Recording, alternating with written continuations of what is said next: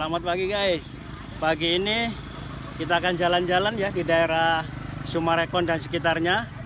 Kita akan melihat bagaimana penataan gerbangnya. Kedua, kita akan lihat penataan jalannya. Yang ketiga adalah penataan tamannya. Tapi yang belum subscribe silahkan subscribe ya di bawah ini ya. Oke, supaya informasinya kita akan berikan yang komplit tentang tiga hal itu. Yuk kita jalan-jalan. Saya akan ditemani oleh Mas Rifki, ahli penataan landscape. Ini saya ditemani oleh Mas Rifki, ahli landscape muda ya Mas ya? Iya, muda. Punya SKA muda. Ya. Ini bagaimana nih Mas penataan gerbang di wilayah yang kita lihat saat ini, Gading Serpong, Simponi nih? Simponi ya. Kalau dilihat sih ini kan memang udah terdesain dengan cukup baik menurut saya, karena emang gerbang ini kan salah satu jadi pintu masuk utama gitu. Jadi orang bisa ada image tertentu untuk satu kawasan gitu. Jadi ada image yang kuat gitu, di mana kawasan itu jadi sesuatu yang menarik gitu. Jadi dalam ingatan orang gitu, oh kalau mau kesini patokannya ini kayak gitu, bisa jadi brand image untuk banyak orang gitu satu kawasan. Ini kalau bisa dilihat ini kan bentuknya sangat besar gitu, grand gitu. Jadi emang menampilkan kawasan yang besar gitu, yang mewah, yang eksklusif gitu. Jadi emang bentuknya harus besar gitu. Terus juga ada beberapa yang bisa diperhatikan kalau di sini itu ada poin-poin yang bisa jadi satu daya tarik gitu.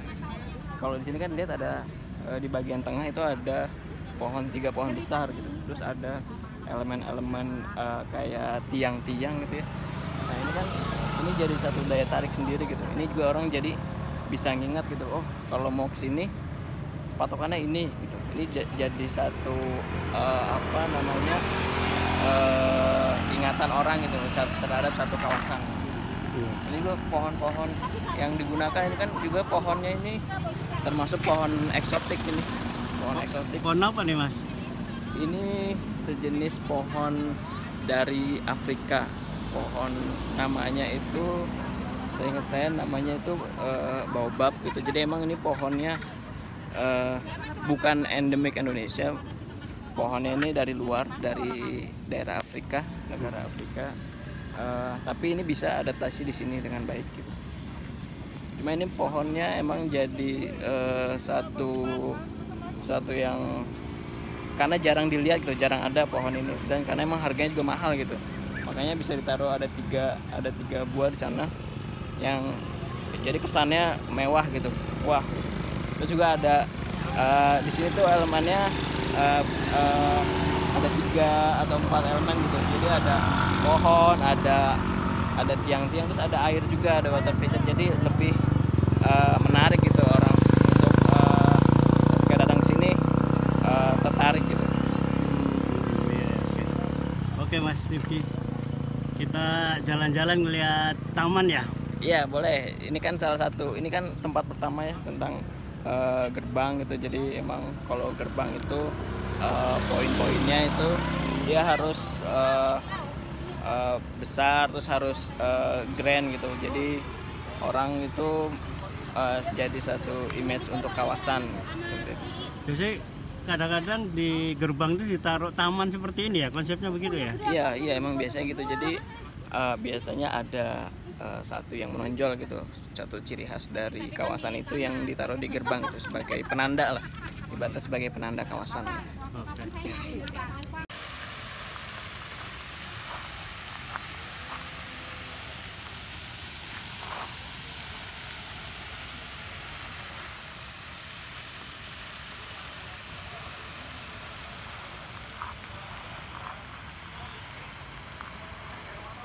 Kita ngomongnya ini bagus Mas taman ini. Mas Rifki, bagus banget ini taman ini ya? Iya, kita udah masuk ke dalam kawasan. Tadi kan kita ada di gerbang ya, gerbang Simponi.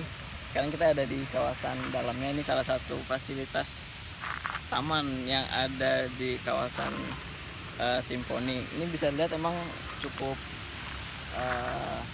bagus gitu, menarik gitu buat kita beraktivitas di sini. Dan ini kalau kita lihat taman ini termasuk ke dalam taman lingkungan. Kenapa taman lingkungan? Karena ini adanya di dalam suatu lingkungan tertentu gitu. Jadi kalau dilihat dari taman itu kan ada skala-skalanya. Ada taman kecil, ada taman yang menengah, ada taman yang skalanya besar. Dan ini masih termasuk ke dalam taman yang skalanya menengah. Untuk kita sebut biasanya taman lingkungan. Oh, ini taman lingkungan namanya ya? Taman lingkungan. Jadi untuk lingkungan, ya untuk ada lingkungan yang ada di perumahan ini gitu, khusus yang ada di perumahan ini gitu. Ini kalau kita lihat lagi, ini areanya cukup luas, terus ada banyak fasilitas yang ada di sini gitu. Kalau bisa dilihat kan ini ada kayak jogging track, jadi orang bisa muter, ada bike tracknya juga. Ini kayaknya belum jadi, tapi ini udah ada pemisahan jalur gitu. Ini yang jalur yang kecil ini bike track gitu, yang ini jogging track gitu. Jadi ini yang mengelilingi semua kawasan gitu. Jadi orang bisa lari, bisa naik sepeda, muterin taman ini gitu, bisa lengkap. Terus kalau dilihat lagi ada fasilitas kayak di situ ada, kita nyebutnya ada plaza biasanya. Mana plaza? Itu yang ada di tengah itu.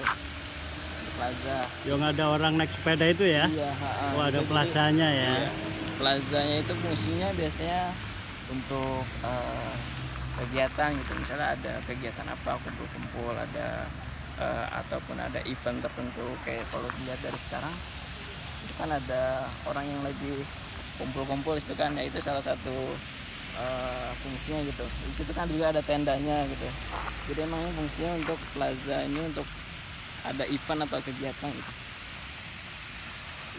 Terus juga ini dibuat menjorok ke danau gitu. Jadi emang supaya orang lebih merasa mendekat ke air gitu. Jadi ini kan jadi satu pengalaman tertentu gitu. Jadi orang nggak cuma jalan di pinggiran, tapi kayak bisa ke tengah airnya juga gitu. Terus kan di sini juga ada 2 air mancur nih. Ini jadi kan fungsinya untuk penghawaan gitu. Jadi kita juga yang ada di sekitar sini, yang keliling-keliling di sini tuh jadinya adem karena kan dia mengeluarkan air, dan kalau terbawa angin tuh jadi kan bisa menyebar kemana-mana. Jadi untuk di area sini jadi lebih sejuk gitu, lebih adem gitu. Terus ini juga bukan hanya untuk kita doang gitu yang merasakan, tapi ini sebenarnya bagus juga untuk danaunya itu sendiri. Jadi kan teraerasi ya, namanya oksigennya mengalir gitu, karena kan ada semburan ini, jadi oksigen di dalam airnya tuh berputar terus gitu. Jadi kalau misalkan ada kita taruh ikan atau ikan lah ya, tapi bisa hidup dengan baik gitu. Kemudian kalau fasilitas yang lainnya kita lihat masih sama. Ini juga ada plaza juga, sebelah sana juga ada plaza. Kalau jembatan itu? Jembatan ini hanya untuk pemisah sepertinya. Jadi sini kan ada klaster rumah, terus tapi kan ini kan danaunya masih ke arah sana. Jadi sebenarnya ini penghubung aja gitu. Tapi tetap dibuat menarik gitu dengan aksen-aksen langkungan ini. Jadi tetap bisa menarik gitu jembatannya, nggak hanya sebatas jembatan biasa gitu. Dicampur atau digabung dengan taman sebelah sana juga, air ya. Iya, kalau menjadi kesatuan ya. Jadi ini sebenarnya masih satu kesatuan, hanya dipisah untuk penghubung aja ini sepertinya.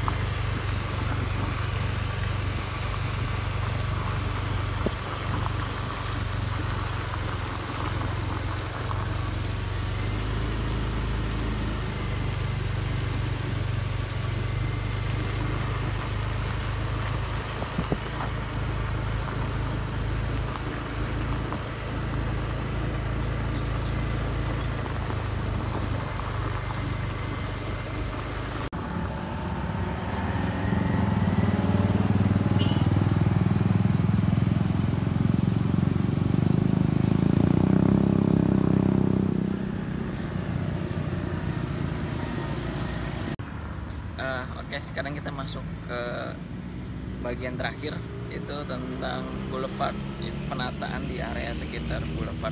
Boulevard ini biasanya kalau kita sebut umumnya itu kayak jalan utama gitu, jalan-jalan utama. Nah, kalau bisa dilihat nih, ini penataan di salah satu boulevard di area Summarecon. Kita bisa lihat emang di sini ada 3 lajur kanan kiri, kemudian ada jalur sepedanya juga, dan di sebelah sana ada jalur pedestriannya. Jadi pedestriannya di satu sisi, terus ada jalur utama mobilnya, ada jalur sepeda di kanan kiri, terus kemudian di bagian tengah itu ada median jalannya. Kalau kita lihat kanan kirinya dia kasih pohon-pohon besar, pohon-pohon peneduh, karena emang sebelah sana kan ada pedestrian, jadi orang yang jalan di pedestriannya tetap ternaungi gitu, terlindungi dari panas matahari. Kemudian di sisi median jalannya ini kalau dilihat dari pohonnya, ini pakai pohon palem, terus kemudian di bawahnya ada semak rendahnya.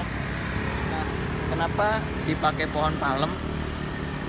Karena salah satu fungsinya itu pohon palem sebagai pohon pengarah gitu. Jadi untuk mengarahkan orang, kalau mengarahkan orang untuk jalan itu lebih jelas gitu, karena kan pohonnya lihat tinggi-tinggi, terus hanya berbentuk tiang-tiang gitu. Itu salah satu ciri pohon pengarah, itu dia bentuknya tiang, seperti tiang-tiang gitu, untuk mengarahkan orang. Jadi orang jalan terarah gitu, tegak lurus gitu, tapi tetap di bawahnya tetap dikasih pohon semak. Kalau bisa dilihat itu sepertinya semak berbunga gitu. Jadi orang nggak monoton gitu, nggak hanya hijau tapi tetap ada bunganya, tetap lebih menarik gitu. Jalan-jalan pagi saya sambil ngobrol-ngobrol dengan Mas Ahmad Rifki ST yang sudah memiliki SKA ahli muda bidang landscape. Beliau adalah lulusan dari Institut Pertanian Bogor.